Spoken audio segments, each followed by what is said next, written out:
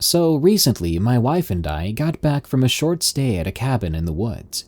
It was fun, but we didn't encounter any wendigos or skinwalkers or anything of the sort. Arguably, the scariest thing I saw while we were out there was a gray squirrel that was stealing some birdseed and challenging me for dominance at the sliding glass balcony door. God help us all if that door hadn't been closed. Anyway, here are some actually scary and allegedly true cabin-in-the-woods horror stories to give you nightmares for weeks on end. The first story today is a mind trip that will have you wondering if it really happened or if it was just the narrator's hallucination. Either way, the situation is creepy. So instead of a cabin for your next relaxing getaway, how about you buy a new beanbag and some cheesecake? If you want to hear your story on this show, share it with us at darkstories.org. I'm looking for allegedly true and believable scary stories, especially about being caught in the rain outdoors. Also, if you'd rather listen while you work, drive, or sleep, follow the Darkness Prevails podcast on Spotify and iTunes. And to help the show grow, leave us a review on iTunes too. Thank you. Links are in the description. Now, let's begin. My friend doesn't stay at cabins anymore. From HllwGhost. This is an email from one of my friends. We'll call her Abigail. I received this back after sending her an email asking if she wanted to go up to my family's cabin for a week this past summer. Here goes. James, I'm really sorry. I know I promised this year would be the one that I finally went with you to the cabin. You've told me again and again that it'll be safe. There are other people there, but I just don't feel up to it. Next year, maybe, if we're all together. We could go to my parents' place even. Maybe go skiing. Colorado has some nice mountains. Who am I kidding? I guess if I'm going to blow you off for the third year in a row, you might as well know why. Do you remember 4 years ago? You probably don't. Well, you asked me the same question. But my parents had already planned on going up to the cabin that year since my dad was finally off of work. Anyway, I went up there with them. It was good. Fun, I guess. At least I got to spend time with them. I'm rambling again, sorry. The point is, I've not been honest with you, or with anyone for that matter. One night when my parents were all asleep, I went out into the woods on one of the trails. You know the system that runs back behind my parents' cabin, don't you? Well, I kind of got lost. It wasn't the smartest move, but you know how my insomnia is. I just felt claustrophobic, cooped up in that cabin. Well, I was lost thoroughly. There was no signal up in Colorado where my parents' cabin was, so I had no idea what to do. I just kept walking down the trail. I guess I hoped that it was one of the routes that led down to the town, and not one of the ways to the backside of the mountain. I walked for half an hour at least, and I didn't get anywhere. Most of it was uphill, and the trail kept getting rockier. I think that's why I decided to turn around and take a different route when I reached one of the small ponds. You know, you can never be quite sure with those ponds. They all look the same. As I was turning around, I caught a glimpse of some light through the trees. A yellow kind of light, like you would see from a lamp. Not the glaring white ones that they line the water towers with, though I guess a water tower would have helped too. I walked over to it, thinking I could ask for some help. And as I entered the small clearing with the house, it was a small house with an oak wood frame, I saw the lights were on. And the door was open. But there wasn't anyone there, if you can believe it. I figured that whoever owned the cabin just went out into the forest for a minute. They would probably be back soon. I don't know why I decided to wait inside the cabin instead of outside, but can you blame me? It gets really cold at night in Colorado. I walked into the house.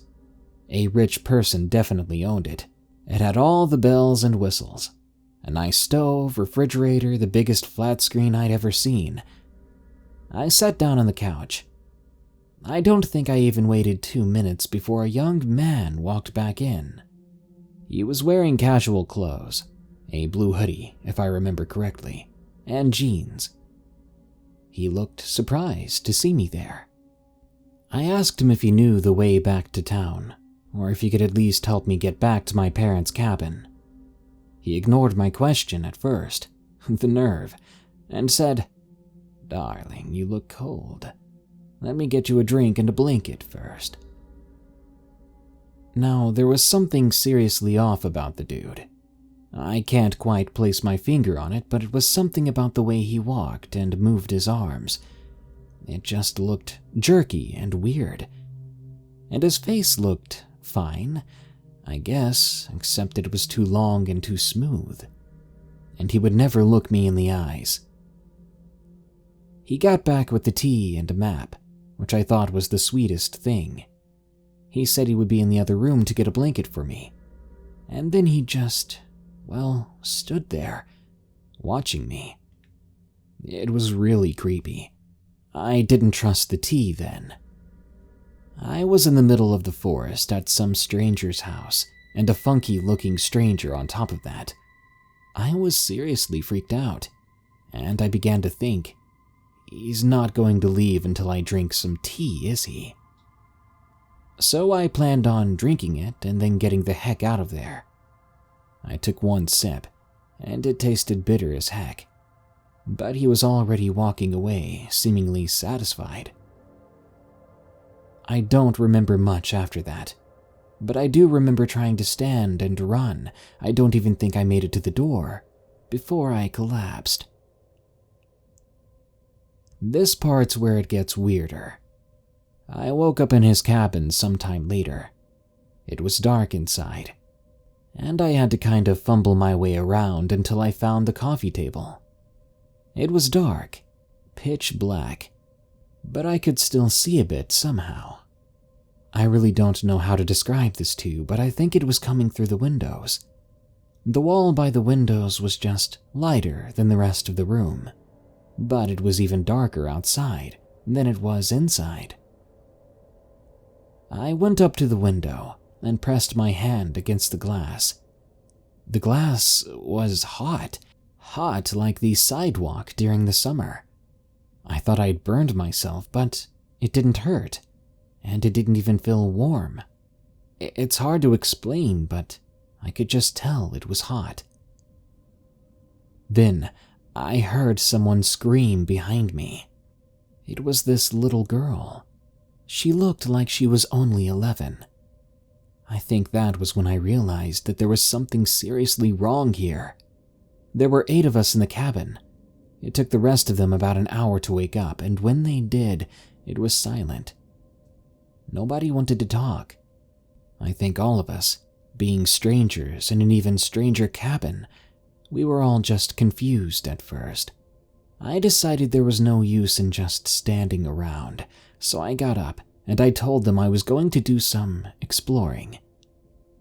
It was definitely the same cabin, but something was off. Save for the living room and kitchen, all the other doors were missing. There weren't any lights either. I was looking around in the kitchen drawers, I think. And another weird thing was there wasn't anything in them. That's when I heard the door slam open. I turned around, surprised, expecting to see the strange man come in. But it was one of the men I'd awakened with. He was just standing there in front of the open door. There was some kind of black goop behind it, but it appeared like it was swimming, almost, but it wasn't making waves. It looked like it was folding in on itself, and every time it did, I caught a glint of light. It was like a soft blue, but it wasn't any color I can describe, at least not any color I've seen before. He just stood there, staring into the goop. He kept inching towards it like he wanted to jump in it, but something was holding him back. "Joey," one of the girls, Michelle I think her name was, said to him, "What are you doing? The man didn't respond. He didn't even look at her. He just kept inching towards the door. Then the goop stretched, or more like it bulged, and part of it caught around the waist of the man. He looked at the girl for a second like he had broken out of a spell. He looked terrified. But the goop just yanked him into itself with a hiss, like water hitting a burning hot pan. The younger girl began to scream. Do you have any idea how awful an 11-year-old scream is? Anyway, I slammed the door shut and pulled the girl down onto the floor with the others. What was that? Michelle asked. Where did he go? I was dumbfounded. I think we all were. And terrified. We started discussing what we saw, how that man had been absorbed or dissolved into the goop. I kept glancing back at the door, expecting to see Joey burst through it at any moment. One of the girls pulled out her phone and tried to call the police, but again there was no signal. Another one of the girls got up and moved around, trying to find a landline. I stayed on the ground with the little girl and a few of the other people. There was something weird about Michelle. She hadn't looked at any of us once the entire time we'd been talking. She just kept staring out the window. Curious, I started to look too. I don't think the goop was actually moving, but it appeared to be pulsing or breathing. It was pressing up against the windows and then back, and up against the windows again. Michelle rose to her feet and started to the door, and somehow that broke me out of my trance. I caught her sleeve as she passed. I was confused about how she could even go over there after what had happened to the boy. "Where are you going?" I asked. Then she hit me. I let her go then. All I could do was watch as she opened the door, and that mass stretched to take her too. We waited for hours. I don't remember how any of us were left at that point. It was alluring. I felt drawn to it. I don't know why, but I had the urge to just stare at it, to let it swallow me up too. I think we all felt it. At one point, I was holding the little girl, and I caught her staring out the window at the blackness. I didn't know what to do, so I tried to cover her eyes. She started to scream and kick at me, asking me why I wouldn't let her look. Somehow she got my hand in her mouth and bit down hard. I think I remember she drew blood, but it just kind of floated there in the air, like the videos of astronauts drinking orange juice on the International Space Station. She was already on her way to the door, running, and I ran after her. I don't know what would have happened if I hadn't made it to her in time. I had her pinned against the wall, and she was kicking and screaming, and someone else, one of the others, just walked by and opened the door, and the goop took them. The little girl and I just stared in shock. It felt as if a wave of heat pushed against us when the girl at the door sizzled out of existence, like someone had pointed a stream of hot air towards us. I dragged the little girl back into the center of the room, and we sat again, waiting. I don't know what for, I just knew that doing anything else could kill any of us. Nothing happened for hours. I must have been in the cabin for days, though. I never got hungry or thirsty, and I never had to use the bathroom. We tried to play games to pass the time, but you can only play Go Fish so many times. The cabin had practically nothing in it now. Furniture, sure, but no books or games. The fridge was empty, and the TV was not on the wall anymore. I tried tying myself to the furniture with my shoelaces. I thought that if I did get the urge to go to the door, it would stop me. So I attached my hand to one leg of the couch. Everyone was in some sort of daze. We all moved around sluggishly, like we were walking in a pool or through molasses. It started getting harder to tell who was where, how long it had been, or what I'd been doing. I started to forget things too, like what day it was and why I was even there. James, I started to forget my own name. I was even more afraid when that began to happen. I just kept repeating my own name under my breath over and over again for hours. I must have looked like a lunatic. I think I was at that point. The other people were picked off one by one, all of them being absorbed into that goop, until there were only 3 of us left. By then, I was staring into the windows as well. It was beautiful, James, like heaven is supposed to look. Somehow the black was colorful. I just wanted to stare at it, to become one with it. I nearly didn't notice when the last girl walked over to me and yanked the little girl from my arms. It was so sudden, I didn't even know what to do. I got up and I tried to grab her arm, asking her what she was doing, but she pushed me back. I fell and hit my head on the side of the coffee table, and that's the last I remember. When I woke up, it was daytime. I remember I was still tied to the couch, and the door was wide open, like it had been when I first entered that place. But now I was the only person inside. All 7 of the others were gone, as if they had vanished into thin air. I untied myself from the couch, and I began to make my way over to the door, when I saw something. James, you're not going to believe me when I say this, but there were deep impressions on the floor behind the couch. That girl, the last one, she had tried to drag me and the couch into the door with her, and that poor little girl.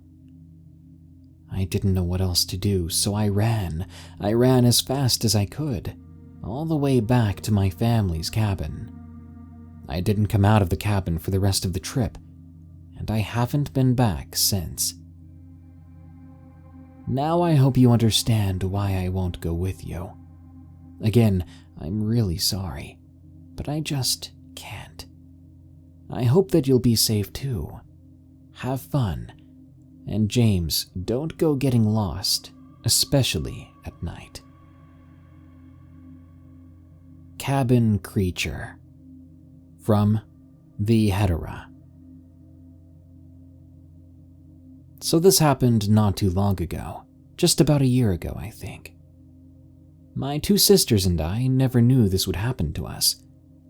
Back around November 2nd, 2019, my sisters and I, let's call them Grace and Sharon, were sitting in our rooms playing an online game. We were at our parents' house, and they treated us like queens, so we liked staying there. Grace's parents heard Sharon's screams of anger and excitement, and so, just like any young child who has spent almost half the day on their cell phones, they told us to go outside, as it was a wonderful day out, and all that stuff. Sharon was the first to get up and frown. We didn't want them yelling at us again, so we slowly went outside and just stood there. "Quit acting like a 5-year-old, Grace said to Sharon, who was just sitting there in the backyard stairs. "I'm not acting like a 5-year-old, Sharon replied. Right then, as I didn't want them to fight or argue, I asked them if they wanted to go to the woods for a while. Luckily, both Sharon and Grace wanted to come along. But before we left, I told the adults that we were going off into the woods for a while. They said that was fine. So off we went. We started to chat about different animals. Grace was obsessed with dinosaurs, and all the while she kept on blabbering on how cool they were and how she wished they still existed today. And we were walking along when Grace then changed the subject to something else. "You guys know about that cabin in the woods?" she asked. "Sounds pretty cliché to me," I answered. "No, there really is one around here in these woods," Grace retorted. "I'll show you. Just follow me." Sharon and I both followed her to a path through the woods. There were lots of low-hanging branches and leaves scattered all over the forest floor, sticks in random places and all that. We kept hitting our heads on branches too, but we laughed it off.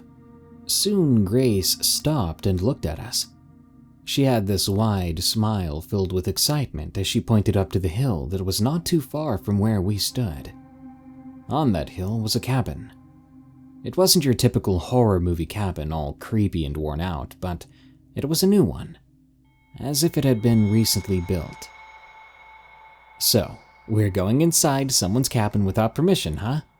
I see where this is going," Sharon said with a hint of suspicion in her voice. I agreed with her.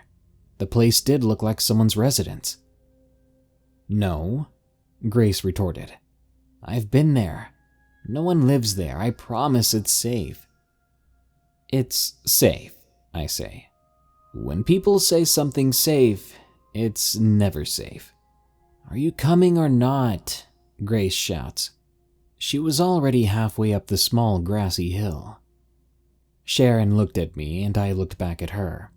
With a bit of hesitation, we followed after Grace. By the time we reached the top of the hill, Grace was already on the doorstep. The first thing we all noticed was that the cabin had no front door. The lights were on, though. I'm not sure how we didn't notice that when we were first down the hill. And the place was quiet, unnaturally quiet.